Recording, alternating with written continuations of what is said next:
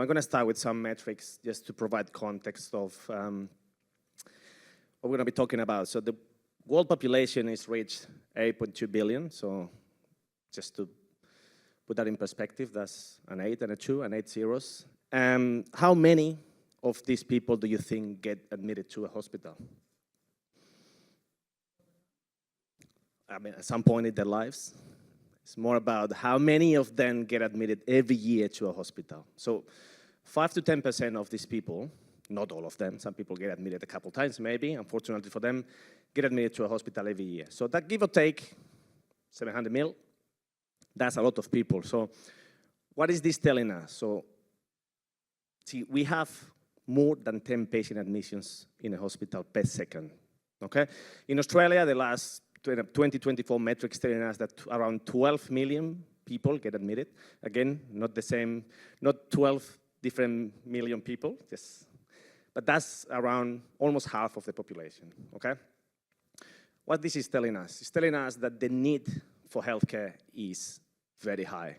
We've gone through COVID, so we know the need for healthcare is high, and so is the energy intensity. So when we talk about healthcare, when we talk about hospital facilities, compared to this room, for example, the metric says that a square meter is, in healthcare, is around 2.5 times the energy consumption and demand of a normal commercial building. Okay, so that means to us that at the end of the year, globally, we account, as a healthcare, around 2 gigatons of CO2 annually.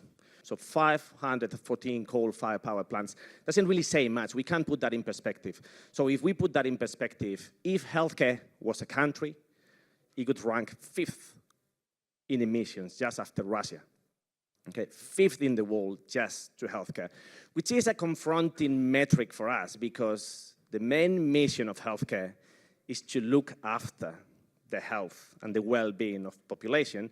At the same time, we rank 5th in emissions in the world, okay? That's why I'm here today. I'm Daniel Garcia. I'm the Healthcare Solutions and Technology Lead for Schneider globally, and I'm here to talk about the future, so the rise of all-electric hospitals. Before I go into what is an all-electric hospital, what have we done, we're going to cover also a use case, a theoretical analysis that we've done. Because you'll see there is a lot of metrics in here. What we've done is we've made the calculations and we got the outcomes on how we can actually electrify. But it is important for us to understand that electrification only tackles a part of the problem, okay? There is emissions that come from Scope 1, Scope 2, and Scope 3.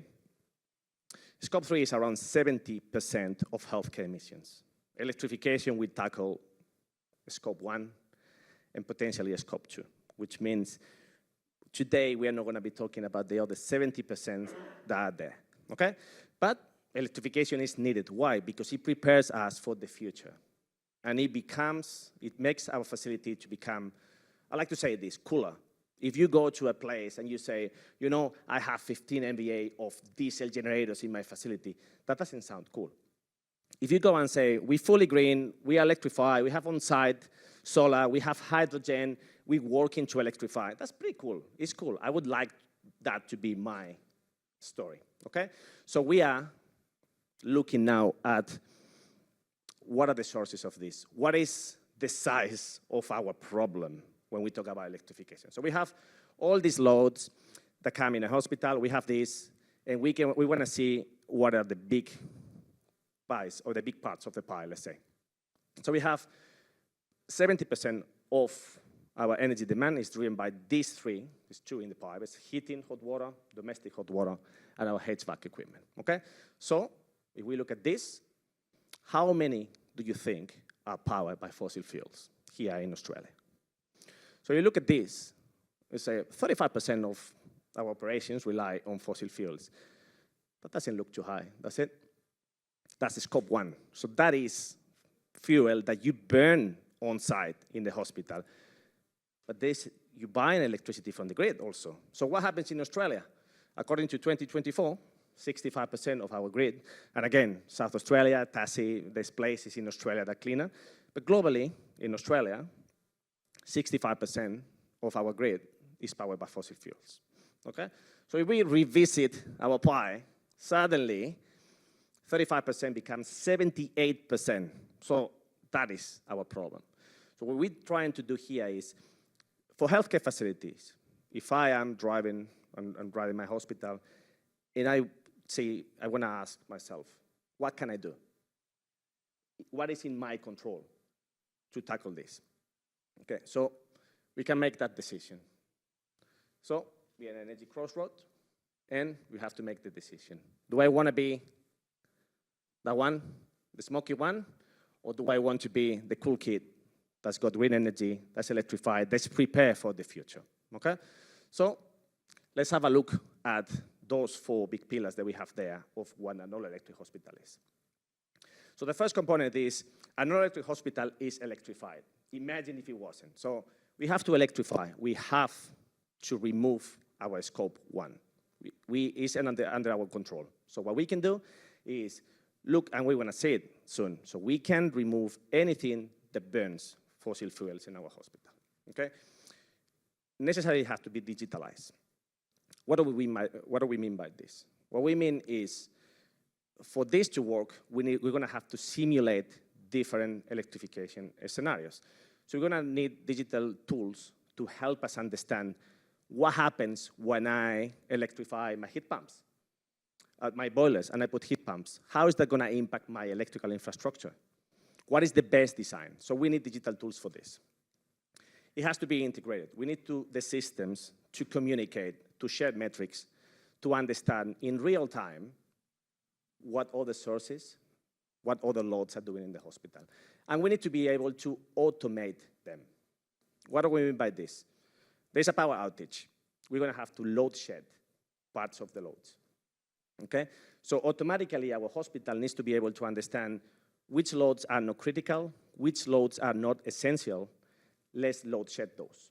For that to happen, all these things need to happen together, okay? So if we look at it and we move from the theory to some calculations, what have we done? So we've talked to one of our customers, an 800-bed hospital that moves around 500,000 patient separations a year. On that climate zone, I'll go back to the climate zone topic later because it's got a massive impact on what we're doing here, and with all those services there. And we work with them, with their design, in electrifying the scope 1 emissions, okay? So what's the scope of this? Get into the details. So what have we done? We've looked at it, and we've analyzed what is burning fossil fuels in your hospital. Heating and domestic hot water plants, that's boilers. Kitchen and laundry services, cooking, laundry, dryers, etc. Fleet vehicles and emergency response vehicles. I'm going to stop here to make a comment on the scopes here. Some people said, but my ambulances are a contract. I contract that service. They are not part of the hospital. Doesn't matter. That's still a scope 1, okay? So for your hospital to be electrified, your emergency response vehicles, your fleet vehicles, need to be electric also. And then the big elephant in the room, the diesel, the emergency backup power. So a fact here, we were talking yesterday to another hospital same size, and we asked the question, a question that is rarely asked, but we asked the question, how many liters of diesel do you burn in your hospital yearly only testing your generators? So assuming there is no power outages in your hospital, and by regulation you have to test your generators, how many liters do you burn? The answer was 50,000 liters of diesel. They burn that yearly, just testing. So if your electrification scope leaves aside the emergency backup power, and another big elephant in the pie, medical gases, you can't electrify medical gases, and they have an incredible greenhouse emission potential, which means you have to offset that because you can electrify. You can't have that also being offset. You're going to have to electrify that, okay? So how we can maybe balance a little bit those loads? So we can use microgrids. We can use renewable energy sources. We can leverage battery energy storage systems, and EV charging stations. So in detail, let's look at my favorite bit, which is the architecture. So what do we have in the regional hospital? We have our incumbents here. We have the diesel that feeds our big plants of backup generators. Then we have our gas that's feeding, in some hospitals, steam, not in our case, and the cooking, the laundry, and the boilers. And then we have diesel and petrol for the thermal cars. Okay, so we have all those here, all of these scope 1 services. What have we done? What we've done here is we've replaced our boilers with a combination of air-to-water heat pumps, water-to-water heat pumps, and electric boilers, okay? So there's no more gas being burned for the boilers. We've done an exercise of replacing our gas-fired appliances with the equivalent electric equivalence appliances. Then we've been a bit innovative, and we've contacted few hydrogen providers to ask them, what's their reality if we need to build a hydrogen plant that replaces 15 MVA of power? And they say, it's possible, it can be done modular. Your main problem with this is gonna be how you're gonna secure a supply of hydrogen, and second, how you're gonna ensure that the hydrogen you supply is green, as not produced by natural gas. Surprisingly, it's actually relatively feasible in the midterm to have a supply of green hydrogen to replace these technologies. The white paper, when you read it, it also shows the impact in cost and the impact in size, which we have to account for. And then we've installed a little bit of solar and significantly big BESS to reduce the power demand that we get from the grid. Because one of the big impacts that we're gonna have on electrification is we have a baseline, in our case, of 16 MVA. But now, after electrifying the boilers, now we have 9 MVA additional just for that. That goes on the mechanical services. We have 2 more that comes from the appliances. We shave a little bit here with the BESS and the solar, but then we have 9 MVA additional on loads for the electric vehicle. So our power demand from the grid is doubled after the electrification, doubled in a Mediterranean climate, which means it is relatively warm in summer and is okay cold in winter, which means our baseline for chillers is big. What's gonna happen when you sit in the Nordics? That's not gonna be a problem in Australia, but imagine if you were in Tasmania, for example, that maybe your chillers won't be that big, but your need for gas will be bigger. Your power demand might triple or quadruple depending on where you sit. The colder you are, the lower is your baseline in power, the bigger is your baseline in gas. You're electrifying more gas. You have to go and talk to the grid authorities and ask them, can you actually cope with the additional demand that comes with not my electrification? We're talking about healthcare, commercial real estate, or the buildings, okay? So this is one of the big components of electrification. It's not about what we decide to do.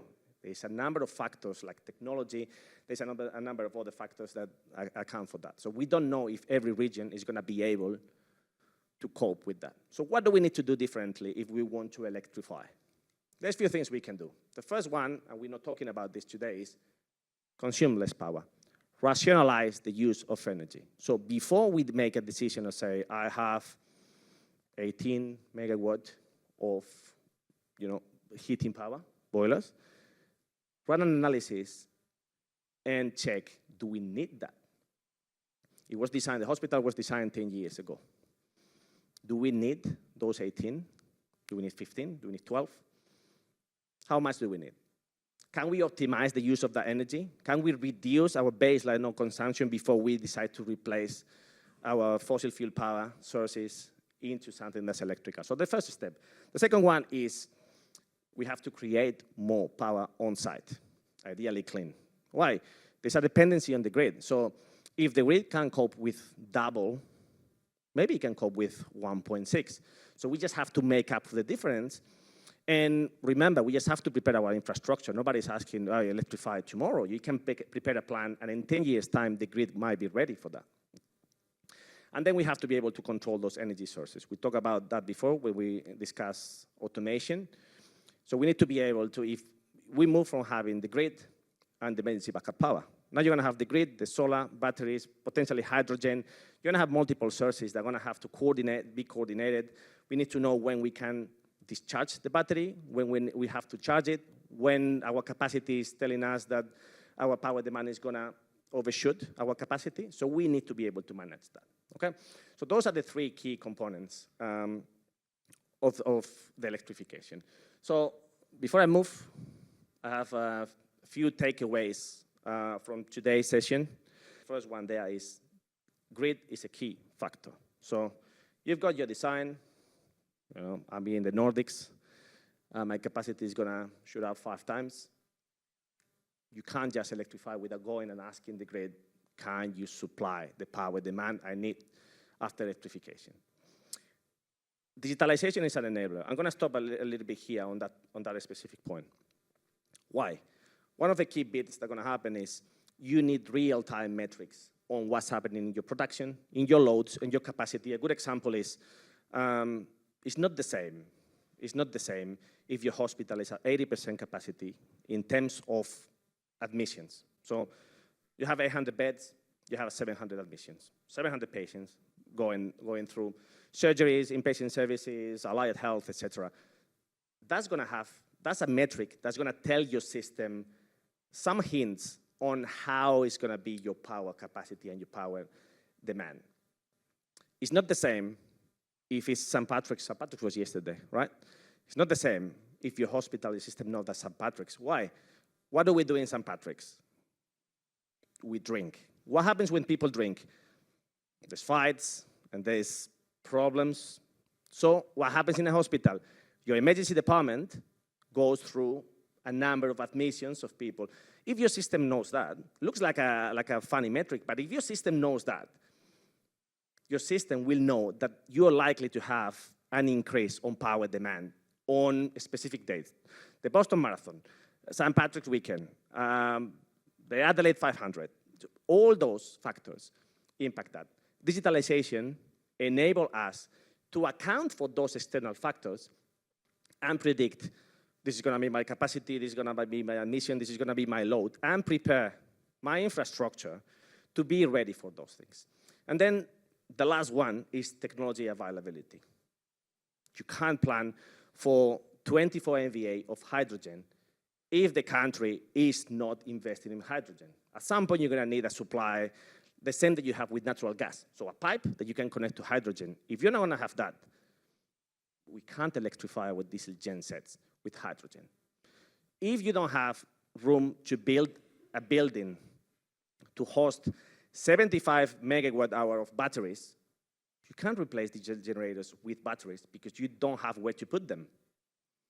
If your regulation tells you you need 24 hours or 48 hours of backup power, autonomous backup power, your battery is not going to do for it, because if you have an extended power outage, what's going to charge your battery? Magic? Well, we can trust on magic, but it's possibly better not to. So if your country, if your region, if your state is not ready for that, we have to plan based on what is the plans of the state. In California, we hear California is moving to hydrogen. Yes, they've been working on it 25, 30 years, so there's availability of it. Australia is doing well. Australia is working on it, so eventually in 20 years could be feasible, but at the moment, that's a technology that we have to work towards it. So those are the three key components beyond what is under control of the healthcare facilities. Okay, so we have this slide to see that it's actually a reality, and that's what's happening. I received other intel from some friends here from the state of South Australia. So they saw the projects happening, but there's hospitals and there's designs being put together at the moment with all-electric hospitals. I've personally been in contact with hospitals in Spain that are installing hydrogen. The US is doing hydrogen, but again, for all these projects, this is happening. It's a matter of understanding what are the technologies that are going to replace your gas what is the availability of a space in your campus for that, okay? So I believe this is me, okay? So this is my session for today. Light, because me and here my colleague Steve is gonna be talking about digitalization, and we know that we are between you and the networking drinks, so it's a tough session. But yeah, everything we discussed today is in the white paper, so feel free to download the white paper, read it. That's me. You can find me on LinkedIn.